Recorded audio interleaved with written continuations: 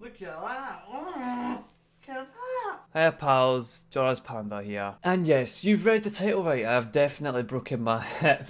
I am such an idiot, and just before anyone asks how I did it, it was that little fecker there. That's what did it. We're gonna go along the whats, the hows, the wheres, the whens, the what happened after. That's all gonna be done in this video because, well, it's kind of an excuse why I probably haven't uploaded. Well, even though it only did happen a few days ago, I mean, that's still an excuse. So I'm gonna let myself off with this excuse. Anyway, what happened? I broke my hip, yeah?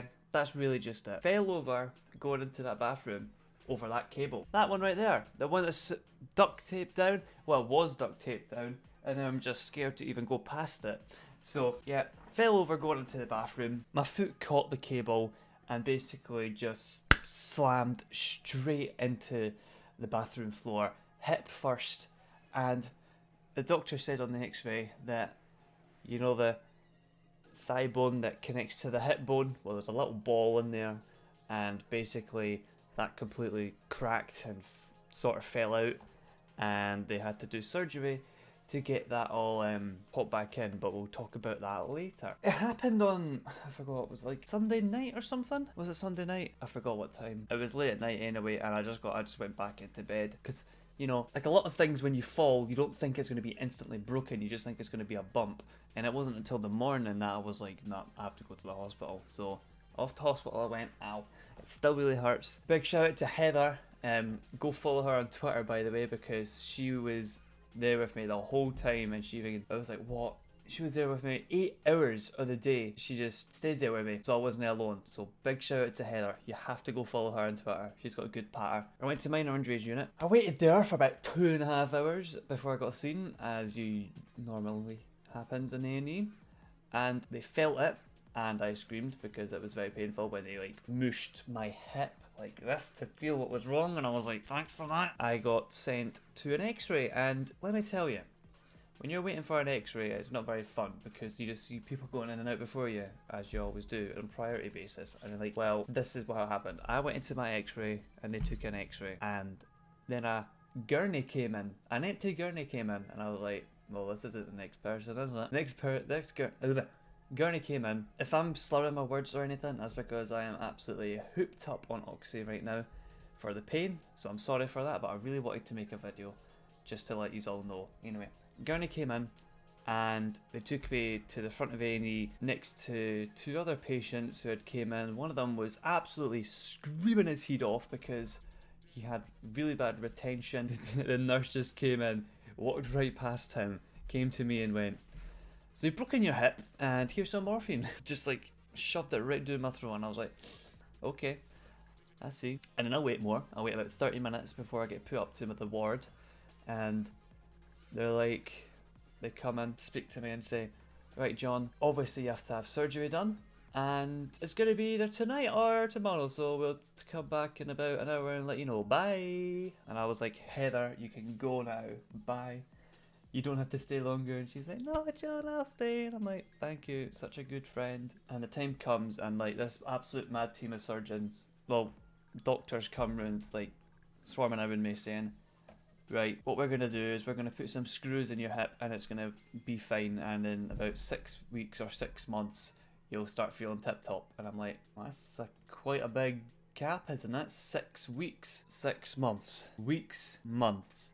It's very, very, very big difference between 6 weeks and 6 months. So I wasn't too happy about that because I have to work and I need to make money because this job I got, which I was going to make a video on, but now I'm not sure if I will because I'm not even sure if I'm going to keep it. Moving on, night goes by, absolutely horrible night of sleep, the worst I've ever had ever.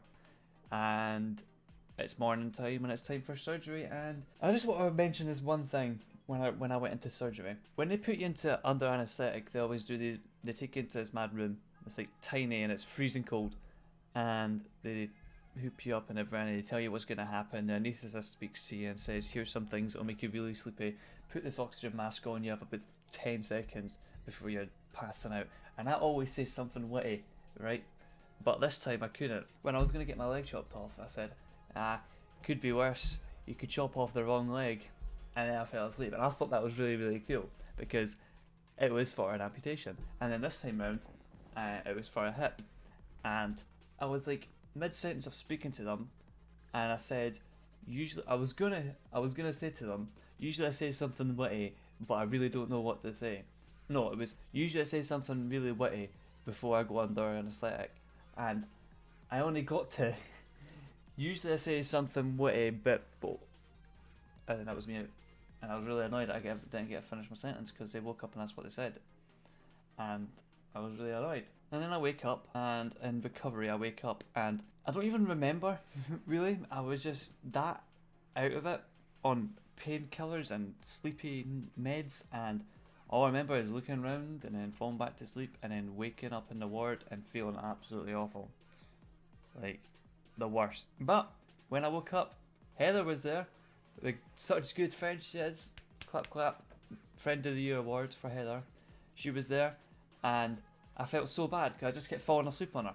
And then when she left, it was like a couple hours she was there, and I don't know why she stayed even longer. I was only conscious for at least 30 seconds of those 2 hours. My uncle and auntie came in. I was only awake for about grand total of 5 minutes for when they were in, and I just told them to leave because I was not going to be awake. It was not going to be fun just to watch a unconscious body. And just to my mum and dad did come in. They did come in. I just forgot to mention it. It was on the night that before my surgery. They did come in. I completely forgot to mention because I had so much in my head. The story was just moving on, and I completely forgot to mention their name. I'm sorry, mum and dad.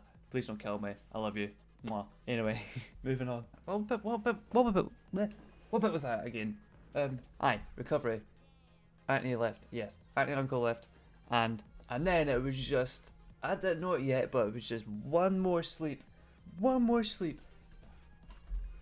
It was just one more sleep before I could go home. That I didn't know it yet, but it was one more sleep, and that sleep actually went pretty well. I just slept on my back the whole time like a starfish, and as much as a starfish can starfish with one leg and a broken hip. So that was that. And then after that, I got moved into a new room. Then I got put into a new room, and this new room was filled with it was 3 really old guys. Well, no, it was 2 really old guys, and one guy who looked like he was on the front lines of the First World War. That's how old he was.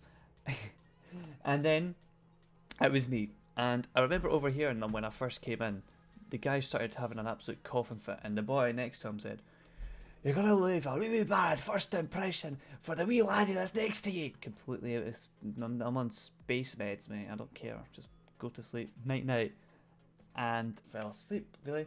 Wake up, and the strangest thing happened when I woke up. It was like, I was still on the meds, but I'd gotten used to them. Like, I wasn't completely sleepy, and I was actually energized for the first time ever. So I was like, yeah, I want to get up and going. Come on, where's the physio? Come on, let me go. Let's get this ball rolling. Let me get out of here right now.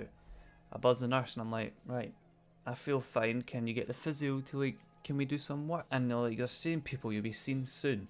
And obviously hospital soon isn't John's soon. My soon is 5 minutes, their soon's 5 hours. So I did have to actually wait 5 hours for them. It was like 10 in the morning when I asked, and it was 3 when I seen them. So I eventually do see them, and I literally I'm up on my crutches, and I just hop around the hospital ward for about 3 minutes, and they're like, yeah, you're good. Let us sort out your meds and you can go home.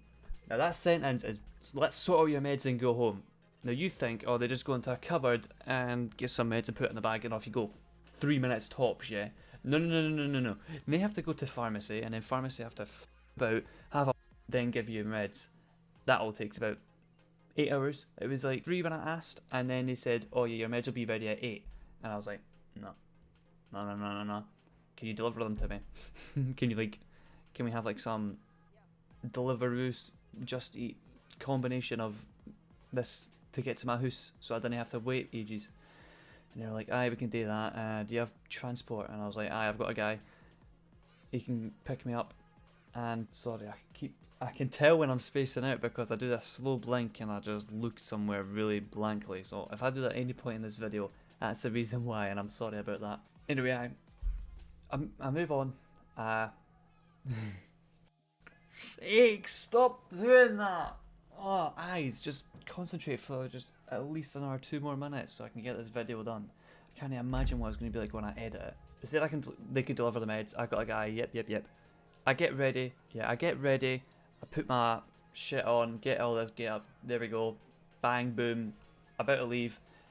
Oh, John, here's your meds.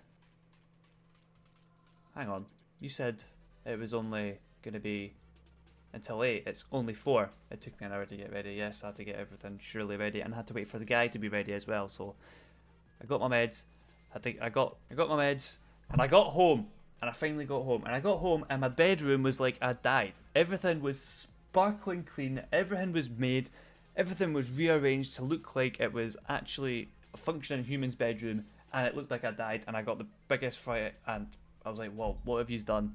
Why is everything different?